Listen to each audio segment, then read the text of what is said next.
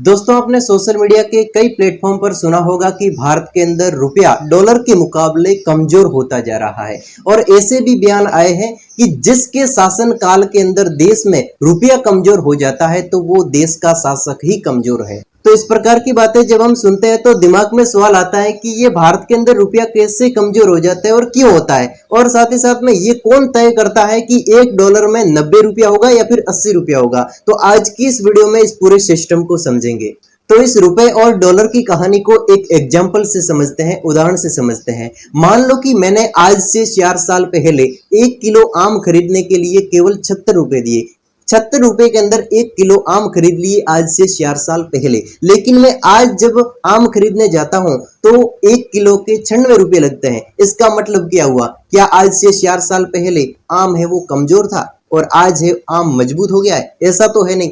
अब इसका कारण है, आज से 4 साल पहले रुपयों की ताकत ज्यादा थी, इसलिए 76 रुपए के अंदर 1 किलो आम आ जाते थे। लेकिन आज के समय में रुपयों की ताकत कम हो गई है, इसलिए 96 रुपए में 1 किलो आम आते हैं। रुपयों को ज्यादा देना पड़ रहा है, तब जाके वो हमारे पास में 1 किलो आम आता है, क्योंकि रुपयों की ताकत है वो कमजोर हो गई है। तो आज से कुछ वर्षों पहले 1 डॉलर की वैल्यू 76 रुपया थी। उसके बाद में 1 डॉलर की वैल्यू 80 से 85 रुपया हुई और आज के समय में 1 डॉलर की वैल्यू है 96 रुपया। इसका मतलब क्या हुआ? इसका मतलब सिंपल तरीके से समझ जाओ कि आज से 4 साल पहले डॉलर कहता था कि मुझे 70 रुपया दो, मैं मान जाऊंगा। उसके बाद में डॉलर कहने लगा कि मुझे तो 80 रुपया दो तो मान जाऊंगा। लेकिन आज के समय में डॉलर बोलता है कि मुझे तो 96 रुपया दो तब मैं मानूंगा। इसका मतलब डॉलर तो महंगा होता जा रहा है और रुपया कमजोर होता जा रहा है। अब समझ गए होंगे। अब अगला सवाल आ जाता है कि भारत के अंदर डॉलर इतना महत्वपूर्ण क्यों है? भारत में तो रुपया चलता है, भारत में डॉलर से क्या लेना देना?